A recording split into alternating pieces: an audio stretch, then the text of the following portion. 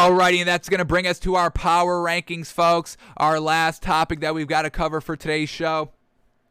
So here we go. Let's talk about the power rankings. Here's what we had heading into this week. We had the Titans at 10, Packers at 9, Browns at 8, Ravens at 7, Chargers at 6, Bucks at 5, Rams at 4, Bills at 3, Cowboys at 2, and the Cardinals the number 1 team in the league. Now that every team has played, we can start rearranging our power rankings of how we see these teams after 6 weeks out here. We have 2 new teams entering the list. Fantastic. So let's tell you why we're moving these 2 teams out of the top 10, and then we'll start the ordering here. So here we go. The first team we're moving out of the top 10 is the Browns. Kevin Stefanski's play calling is not up to what it was last season of what made them win 11 games and be competitive and get, decently deep second round of the playoffs. Also, obviously, Baker Mayfield's turnovers are a huge concern. He's got to be playing game manager football out here. We're not going to penalize this Browns team too much. We're still penalizing them. We're still taking the Baker Mayfield turnovers into big consideration. The Kevin Stefanski play calling a little bit in consideration as well.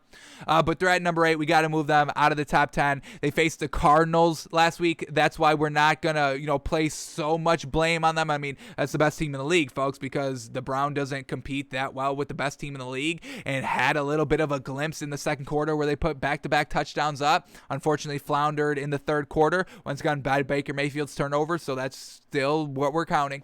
But it's against the Cardinals. We're not going to weigh it too heavy. We're still weighing it, not too heavy, but we got to knock the Browns out of the top 10. And then the other team we're knocking out of the top 10 is the Chargers, folks. Woo, a big old blowout there by the Ravens. And once again, Brandon Staley, his aggressive play calling. It worked out against the Chiefs game. It worked out against the Browns game. But he kind of figured out, hey, I can't be that aggressive here all the time, because it kind of bit him in the butt a little bit against the Ravens. Also, the lackluster offense by the Chargers and Justin Herbert and all that definitely hurt him as well. And just we've seen some great play by other teams that we have to take into consideration. So hopefully the Chargers can really, that was a bad loss by the Ravens, folks. That was a real bad loss right there. Big bad taste in our mouth with this Chargers team. So we'll see if they can get back in the top 10 here, but we do have to move them out of the top 10. So those are the 2 teams officially moving out, and we'll see which teams replace them. But here we go. Let's start at number 10 and work our way up to number 1. New number 10 team out here is no longer the Titans. It is the Raiders, folks. Loved their offense this week. It was explosive. They didn't even really use Darren Waller that much. He had 5 receptions for about 50 yards. Still solid work, but they put up 34 points, and we told y'all that was they only put up 34 or more points with John Gruden 5 times through his tenure. We knew John Gruden was holding this team back, and the offense not missing a beat. Win the game on the road, mile high, all those circumstances, the Raiders team was able to overcome and get it done on the field and win a great game on the road against a solid Broncos defense. The scoring output definitely helps us move this team in the top 10. The reason why we're going to put him at number 10 and take it a little bit slowly with them, is this a one-hit wonder game? Are they going to be able to move on with their new head coach? And I'm blanking on the name again. I got to look it up, and I had it all ready to go, folks. I'm sorry. I should have written it down. I know it's Basia. What's the first name, though? So I truly apologize again, but we're going to get it taken care of right here, folks. We will never forget his name again. Here we go. Rich Basia. And let me make sure I'm pronouncing this right. Let me hit this up in the Google Translate so I can make sure I'm saying it. No more disrespect for this man. We can disrespect John Gruden. We've got I'll call him Jan Groden. Jan Groden. Who cares if we pronounce his name wrong, right? Let's make sure we're getting this man's name right. Well, she doesn't even say it right. Rich Bisaccia. I think it's Rich Basia? Bisaccia? We'll definitely get it down. We'll go with Rich Bisaccia. I think it's Bisaccia. Bisaccia. potato, he's winning games. So that's all we really care about. Winning games, folks. Rich Bisaccia, absolutely love it. And we'll see if they can keep up these win totals and these scoring totals and all that. And see if this team was truly held back by John Gruden. And by how much? We'll see by how much. So congratulations to the Raiders. Offense, defense was getting it going. Didn't let Teddy Bridgewater really do anything meaningful this game. So shout out to that as well. Raiders, the new number 10 team in our power rankings. Rich Bisaccia, folks. Give the man credit. Rich Bisaccia. I'm about to just say that name every 2 seconds now. Alrighty, here we go. New number 9 team in our first new team in our power rankings. Got to shout out this team. This is becoming a real deal team right here. Like head coach Zach Taylor said it would be. The new number 9 team is the Cincinnati Bengals. This is a real offense, folks. And the defense, shut out that Lions team until the fourth quarter. Where did it matter? Do we care about fourth quarter scoring if you're not competitive for the rest of the game? So, Lions at home, the tears by Dan Campbell. Everything was stacked against the Bengals, even coming off their loss against the Packers. Everything was stacked up against this Bengals team to give the Lions the first win of the season. But what happened? The Bengals were like, the Lions? The Lions? Bengals beat Lions in the wild. Bengals would kill the Lion. And that's exactly what happened on Sunday. So, well done to this Bengals team. This offense, Joe Burrow, Jamar Chase, great hookup there. They've got great wide receivers, tall, fast weapons. Joe Mixon, shout out that running back, truly proving that he should be kind of considered an A1, tier 1 running back in this league. And like we just complimented the defense, is shut out the Lions. I know it's not that hard. It's Jared Goff and trash company. We get it. But overall, a shutout's a shutout. I mean, people are ranting and raving about the Bills shutouts against the Dolphins without Tua and the Texans with Davis Mills. So we can get excited about 3 full quarters of shutout by the Lions. I will shout that out. So well done for the Bengals defense, a real team. Zach Taylor's a real smart head coach that has this locker room and team fighting to the end. They have some hiccups, got down a little big, a couple of interceptions early on by Joe Burrow against the Packers, and they stay the course and they stay with it and make it a competitive game and should have won it, but the kicker, unfortunately.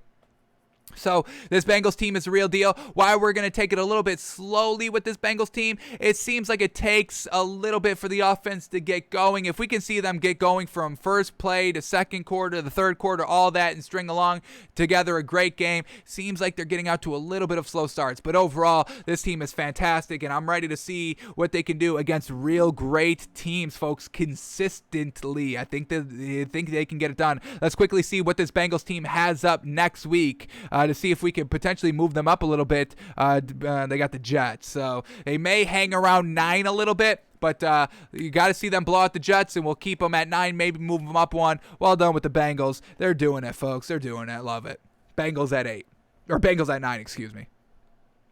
All right, new number 8 team here. We're going to move them up 1 spot here. We're going to go with Packers here. When we watch the Packers, they're good. It's Aaron Rodgers. It's Devontae Adams. The defense is solid right here. Great work against the Bears defense last week on the road as well. Aaron Rodgers, I still own y'all. I love that absolute respectful disrespect by him. So, obviously, it's Aaron Rodgers. It's, we've got no problems with this Packers team. We just haven't seen, like, a big win. With these other kind of top-tier teams, the Cardinals just winning against the Browns without the head coach. A special win, always coming from behind. Special win, beating the Rams. Special win. The Cowboys going to Foxborough, overcoming all that, going toe-to-toe with the Bucs week 1. Beating the Chargers on the road, big special win. The Bills beating the Chiefs last week, big special win. The Rams, who they beat? Have they beat anybody? They're winning. They're looking good. They're looking good. Defense is looking good. The Bucs, defending Super Bowl champions, still winning all that. The Ravens just beating the Chargers last week. So when we look at kind of the teams that we have already above the Packers without, this week's new top 10 and all that, when we see everybody kind of above the Packers right here, they've all got that big special win. The Packers just don't have that. They've been looking good and looking solid. They're looking like classic Packers, but it's classic Packers, losing in the NFC Championship game, which is still a good team, but we've just got to see that something else. I see magic. I see some special talent. I'm seeing greatness all around on these other teams, but the Packers are just looking like a classic great team. So it's just not great to us. It's nothing special to us. So we're just going to leave them at 8. They're winning games, but we're not knocking it, folks. We're not knocking this Packers team, folks. Please don't come at me and be like, oh, you're a hater on the Packers. Please stop that. Please don't call us a hater of any team, folks. Who do we hate? We don't like Sam Darnold, but we try to like them, and we try to look at the bright spots, but they're never coming. But, we don't hate teams for no reason, folks. We're not dissing Aaron Rodgers because he's great. We love Aaron Rodgers because he's great. That's the only reason why we love Aaron Rodgers is because he's great. But yeah, Packers at number 8 here, folks. Just not that wow moment, that wow game. Even against the Steelers, it was like, yeah, it's a good win. It's a good win, but now we know the Steelers are nothing great. We just want to see that magical win for the Packers. Do they have it in them? Do they have it in them? We don't know if they have it in them. We've got other teams showing us actively they have it in us. They have it in them, and we just don't see that quite yet with the Packers. It's not a big knock, folks. It's not a big knock, but we are going to leave the Packers at number 8. All right, and this is the team that we're going to put above them because we just saw that special win last night. The Titans moving up from number 10 to number 7 here. Fantastic. Derrick Henry obviously is always top 10. Derrick Henry is always number 1, but the team all around, this Titans defense is nothing good, folks. They got it done in the red zone, so I will shout that out, but it's also a part of the Bills not getting it done. So, but I mean, this Titans corners were getting burned all week, all game long last night, and now Caleb Farley, the rookie corner, is out, unfortunately. So we're going to move the Titans up at number 7. A great win against the Bills when nobody gave them a chance besides us. I think we were the only one that had the Titans last night, but we digress. So shout out to us. Also, we digress again. But yeah, this Titans team with Derrick Henry is fantastic. Ryan Tannehill is playing exceptional, above average game manager, way better game managing football than Baker Mayfield is. I mean, coming into the season, we had Ryan Tannehill and Baker Mayfield both in the above average game manager quarterback territory, which is a good category to be in. But Baker Mayfield is falling hard out of that category. The man's just an average game managing quarterback, where Ryan Tannehill is still above average, making the big plays, hitting A.J. Brown on the big plays, getting it done. This Titans team is finding ways to win, folks. Special win against the Bills, coming back from behind against Seattle and winning the game. This team has no quit in them.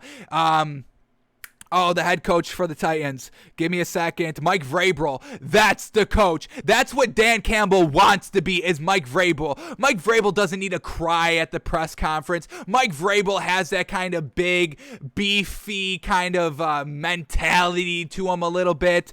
He played, tight end in the league?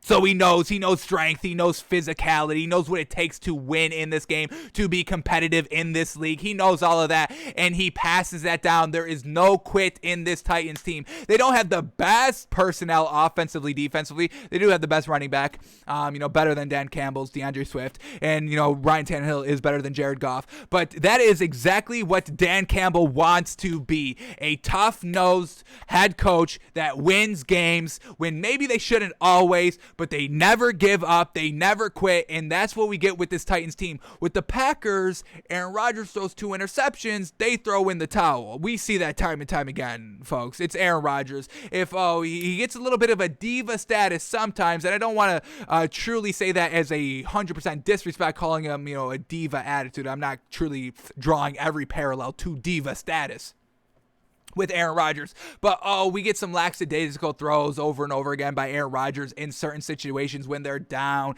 and the defense isn't kind of helping them out, and he threw an interception and then another interception. We saw it last season, we saw it this season as well. So we just get those glimpses by Aaron Rodgers with also no special kind of wins. So that's why they're at number 8, folks, and we got the Titans at number 7. I'm loving what Derrick Henry's helping this Titans team do, and we'll see how long they can stay here, because this defense is nothing that we can really rely on too much, but they find ways to win games. That's what it takes in this league. You just got to win, folks. Winning cures everything. Titans are winning. Titans at 7. Alrighty, new number 6 team here, and we're going to drop this team back a little bit here, and I've been wrestling with this one, folks. I've been wrestling with this one. I don't like doing this. I rarely try to do this as well, but I'm going to put the Bills at 6, and I know it's blasphemous to put the team that lost to the other team above that team in the power rankings. I get that. So having Titans at 7 and Bills at 6, it's real close because this Bills defense is 1,000% better than the Titans defense overall, but it's Derrick Henry, and they're finding ways to win games. And this Bills team is so good from the 20 to the 20s, just in the red zone they stall. This Bills team is so freaking good, folks. It's real gosh gosh dang good. They're a sliver away from being great and being one of the top 5 teams.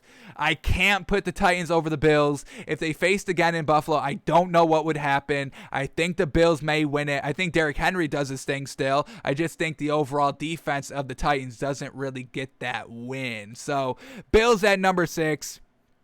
Josh Allen is looking really good, not great. The offensive weapons, Stephon Diggs, are still looking great. The defense is looking absolutely fantastic. Top 3 easily. Top 2, make the argument. Top 1, make the argument. So Bills at number 6. I hate doing this to the Titans, and it's no disrespect to Derrick Henry, I promise, but I do have to move the Bills to number 6, even though last night's game. All right, number 5 team is staying the Bucs. It's kind of the same thing with that Packers team, but I have Tom Brady, so obviously Tom Brady's better than Aaron Rodgers. We've seen it. It was proven last season. That's all I need to see. But yeah, this Bucs team at number 5, they're just a regular great team. No real special wins. Yeah, they won in Foxborough, but that was just a special win because of the narrative around it. The Bucs losing to the Rams, obviously not great for this Bucs team, but it's Tom Brady and the offense. I mean, they just get it done. They always get it done. They're so solid and they're just so consistent, but we don't see that special. The only special ability that they have is that they've got the greatest of all time in Tom Brady. So Bucs are going to stay as 5 here. Good Thursday night win against the Eagles this week. We'll see what they can do this week as well. But yeah, they're just a regular great team. The defense, struggling with the injuries a little bit. We'll see if that kind of affects them going forward. But as long as they got Tom Brady, that's what makes them special. Bucs stay at 5. Alrighty, new number 4 team is going to be the Ravens. A big old jump here because of that big blowout win over the Chargers. Even Lamar Jackson making all those mistakes, and that's why we're not going to move him up maybe to number 3 here for the Ravens. We've got to see Lamar Jackson clean up those mistakes. Yes, it was a blowout against the Chargers, but it's Brandon Staley and the offense kind of helping, create some short fields for the Ravens to take advantage of. We still had 2 interceptions by Lamar Jackson that must be cleaned up, absolutely.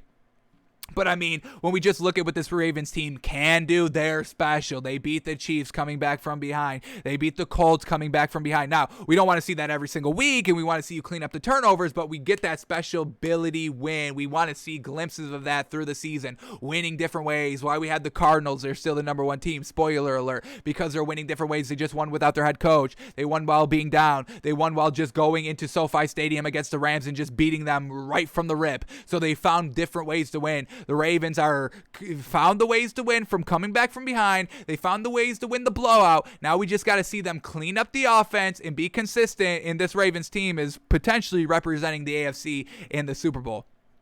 So Lamar Jackson, he is the offense, rushing, passing. Le'Veon Bell getting into the mix. Latavius Murray, fantastic rushing, and Devontae Freeman. I love this kind of running back set here by the Ravens. Kind of, always tier 2 in their career. Latavius Murray, Devontae Freeman. Le'Veon Bell was A1 tier 1, but getting Latavius Murray and Devontae Freeman back to what really they should have had the opportunity to kind of be the main running back for a 3-year stint with the team. They never really got that opportunity, and now they're here on a potential championship winning team. The defense smothered Justin Herbert and made him look like a clown, made him look like a rookie, a bad rookie, not like a really great second-year player coming into his own. So this Ravens team all over the place. They're getting wins. John Harbaugh, he's playing, he's got the respect. The players love playing for him. They're going for it on kind of a little good, like a little kind of 50-50 situation. Should we run or should we kick the field goal? Should we go for it? Should we go for on a 4th down? Should we try for the touchdown? All that.